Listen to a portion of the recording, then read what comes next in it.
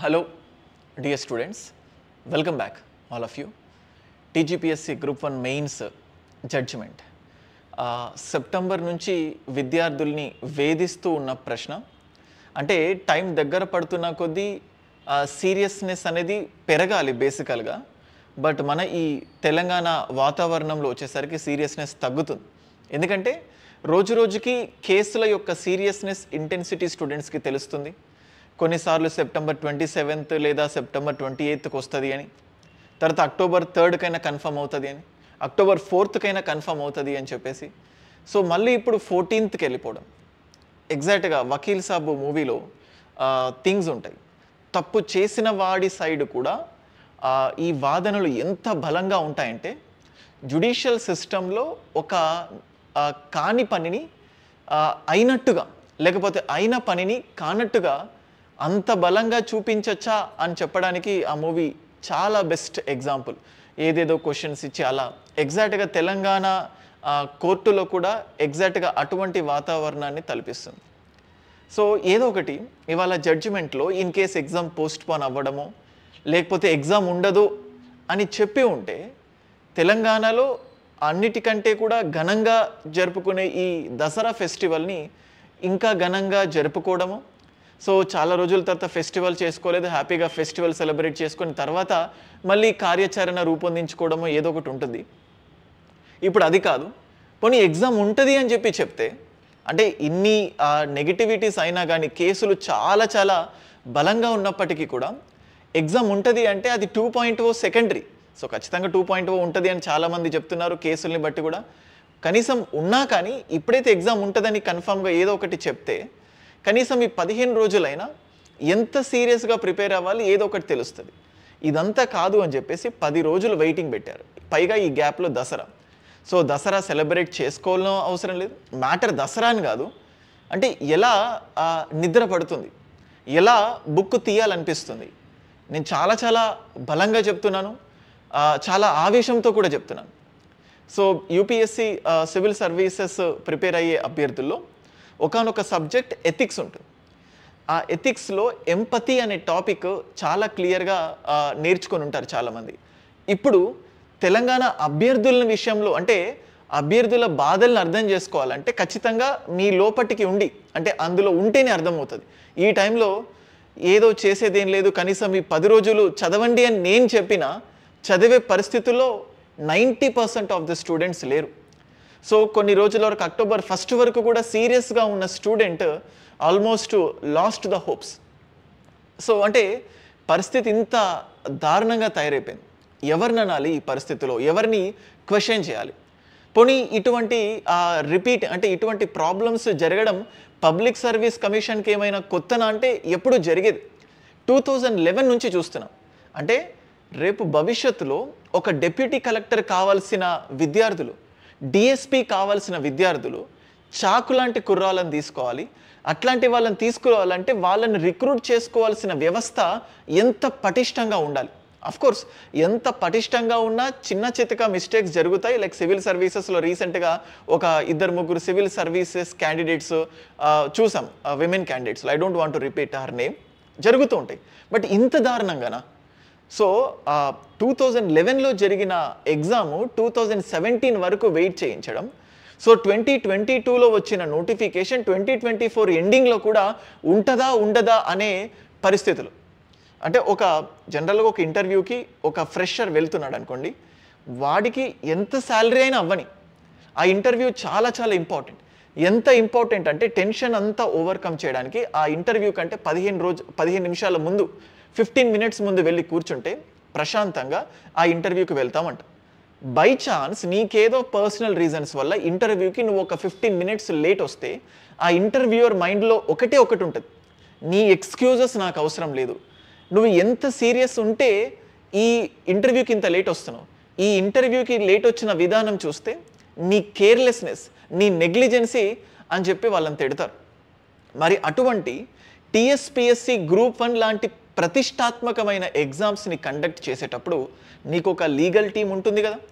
So అంటే గవర్నమెంట్కి డబ్బులు కొదవ కాదు, లీగల్ ఎక్స్పర్ట్స్ కొదువు కాదు.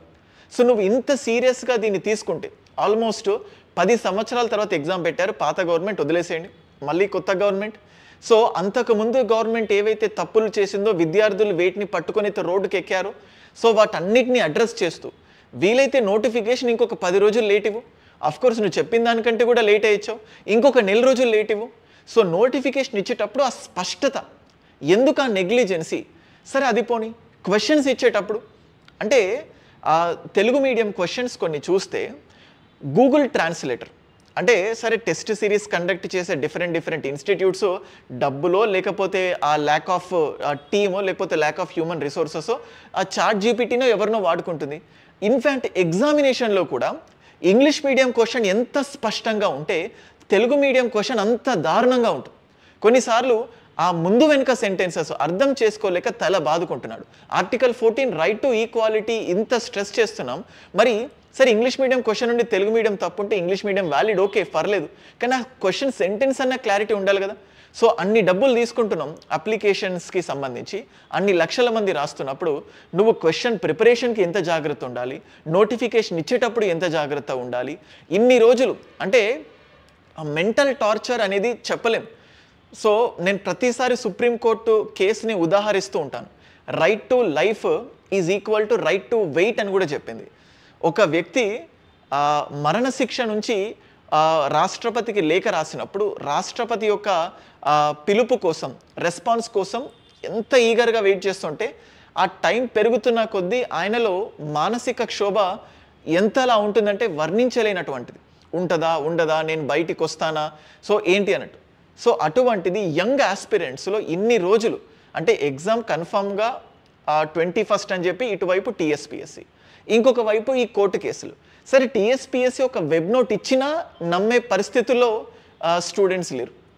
అంటే ఇన్ని రోజు అంటే ఒకవేళ కేసులు అంత బలంగా ఉండకపోతే కోర్టు జస్ట్ కొట్టేసి వదిలేసేది, ఇంకా ఎగ్జామ్స్ రాసుకోండి అని చెప్పి. సో ఇన్ని రోజులు వెయిట్ చేసి పోనీ October 14th కన్నా కరెక్ట్ జడ్జిమెంట్ అంటే మేబీ ఒకవైపు ఎగ్జామ్ ఉంటుంది అని చెప్పినా కానీ ఆ కోపం వర్ణించలేనటువంటిది, ఆ ఆవేశం అంటే ఇన్ని రోజులు పోనీ October 14th అన్ని కేసెస్కి ఒక ఫుల్ స్టాప్ పడుతుందంటే అది కాదు, ఇంకా చాలా కేసెస్ పెండింగే ఉన్నాయి if I'm not wrong. So October 14th ఒక తీర్పు ఏదైతే చెప్తుందో అది ఫైనల్ కాదు, ఇంకా పెండింగ్ కేసెస్ ఉన్నాయి. అంటే ఒక 7 రోజుల వ్యవధి, జస్ట్ ఫైనల్ ఎగ్జామ్కి 7 రోజుల వ్యవధి, ఏం చేయాలి? సో అట్లీస్ట్ ఈ విషయంలోనైనా సీఎం స్థాయిలో అంటే ఇక్కడ మనం ఏం ఇంపాక్ట్ చేయలేం. అంటే నా లాంటి వ్యక్తులు అంటే అది ఎంతవరకు దారి తీస్తుందో, అది ఏం జరుగుతుందో తెలీదు. నా వంతుగా నేను దాదాపుగా మీరు చూడొచ్చు జయప్రకాష్ నారాయణ గారు కానీ లేకపోతే ప్రొఫెసర్ నాగేశ్వరరావు గారు కానీ ఇద్దరు చాలా స్టాల్వర్డ్స్ అంటాం కదా, అనలైజ్ చేయడంలో, ఒపీనియన్స్ ఇవ్వడంలో. ఆ వీడియోస్ కింద ఒక రోజు చేసిన వీడియో ప్రతి దాని కింద కమెంట్ పెట్టాను. సార్ తెలంగాణ విద్యార్థుల ఘోష అర్థం చేసుకోండి. సో ఎగ్జామ్ ఉండొద్దని చెప్పట్లేదు, పోస్ట్ పోన్ చేయమని చెప్పట్లేదు. సో ఏదో ఒకటి స్పష్టంగా అంటే ఎగ్జామ్ జరుగుతుందని కాదు, నీవు నిజంగా ఆ కేసులో బలంగా ఉంటే, సో ఎంత పోరాడినా ఓడిపోయేటట్టుంటే ఏదో ఒకటి అప్డేట్ ఇస్తే స్టూడెంట్స్ ఏదో ఒకటి డిసైడ్ అవుతారు కదా. ఇంత మెంటల్ టార్చర్, ఈ పెయిన్, అగోనీ వర్ణనాతీతం. సో ఇంకా ఈ విషయంలో నేనేం చెప్పదలుచుకోలేదు. October 14th పేషెన్స్తో వెయిట్ చేయండి, ఏదో ఒకటి ఇస్తే ఏదో ఒక అప్డేట్ వచ్చేది. మన చేతుల్లో ఇంకేం లేదు. కొన్నిసార్లు లైఫ్లో వెయిట్ అనేది ముఖ్యం, వెయిట్ అనేది లైఫ్లో ఒక భాగం అయిపోయింది. సో పిల్లలు పుట్టేంత వరకు వెయిట్, స్కూల్కి వెళ్ళేంత వరకు వెయిట్, పెద్దగా అయ్యేంత వరకు వెయిట్, జాబ్ వచ్చేంత వరకు వెయిట్, శాలరీ ఇచ్చేంత వరకు వెయిట్, చావు వచ్చేంత వరకు వెయిట్.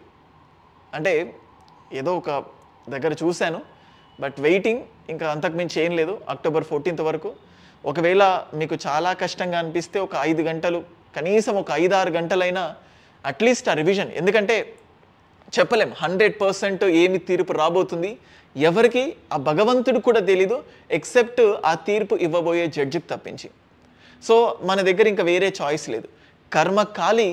సో ఎగ్జామ్ ఉంటుంది అంటే పరిస్థితి ఇట్ ఈస్ డిఫికల్ట్. దాన్ని డైజెస్ట్ చేసుకోవడానికి వారం పడుతుంది.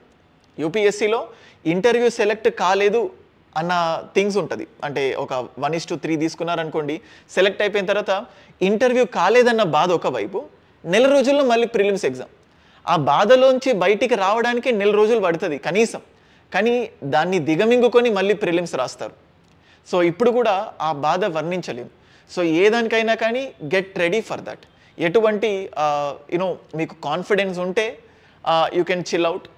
లేదు మళ్ళీ అవుతుంది రిస్క్ ఎందుకు తీసుకోవాల్సింది అనుకుంటే ఏమైంది అంటే ఫెస్టివల్ ఏదో, సో ఫెస్టివల్కి ఒక 2 రోజులు పక్కన పెట్టినా కానీ అట్లీస్ట్ ఒక 8 రోజులైనా రోజు 5 గంటలు పైన స్కిమ్, లేకపోతే ఏదైనా టెస్ట్ సిరీస్, లేకపోతే ఇప్పటివరకు టెస్ట్ సిరీస్ రాయకపోతే ఏదో చేతోని ఏదో రాసినట్టు కనీసం రైటింగ్ ప్రాక్టీస్ అయినా మెంటల్గానైనా ఫిక్స్ అవ్వండి. జడ్జిమెంట్ వచ్చిన తర్వాత 100% కనీసం దాని నుంచి ఎలా ముందుకెళ్ళాలి ఏంటి అవన్నీ కూడా మళ్ళీ మనం డిస్కస్ చేసుకుందాం. ఈ వీడియో అట్లీస్ట్ కొంతమంది విద్యార్థులకైనా ఒక బలాన్ని ఇస్తుంది, ఒక ముందడుగు వేయడానికి ఒక పాజిటివ్ దృక్పథాన్ని ఇస్తుంది అన్న ఉద్దేశంతో వీడియో చేశాను. బేసికల్గా ఈ వీడియోలో ఏం లేదు, బట్ ఏదో మీతో మాట్లాడాలనుకుంటున్నాను. సో అది నా బాధలు, అంటే ఇంకా కోపం వస్తుంది అటు టీఎస్పీఎస్సీ పైన. కోర్టులు అంటే వాళ్ళు ఏం చేయలేదు, 2 సార్లు వింటారు, చాలా కేసులు లేట్ అవుతుంది. బట్ టీఎస్పీఎస్సీ మీద పట్టరానంత ఆవేశం ప్రతి ఒక్క అభ్యర్థికి ఉంది. భవిష్యత్తులోనైనా ఇప్పుడు టీఎస్పీఎస్సీ గ్రూప్ 2 ఎగ్జామ్ జరగాల్సి ఉంది, దాంట్లోనైనా క్వశ్చన్స్ కరెక్ట్ ఇస్తారా? ఎస్ఐపిసి ఎగ్జామ్లో అదే రిపీట్ అయింది, గ్రూప్ 1 ఎగ్జామ్లో అన్నిసార్లు పెట్టినప్పుడు అదే రిపీట్ అయింది, మన గ్రూప్ 4 ఎగ్జామ్లో కూడా క్వశ్చన్స్లో అటు ఇటుగా ఉన్నాయి. అట్లీస్ట్ భవిష్యత్తులోనైనా కొంచెం జాగ్రత్త పడి ముందుకెళ్తారు అని అనుకుంటున్నాను. Thank you guys.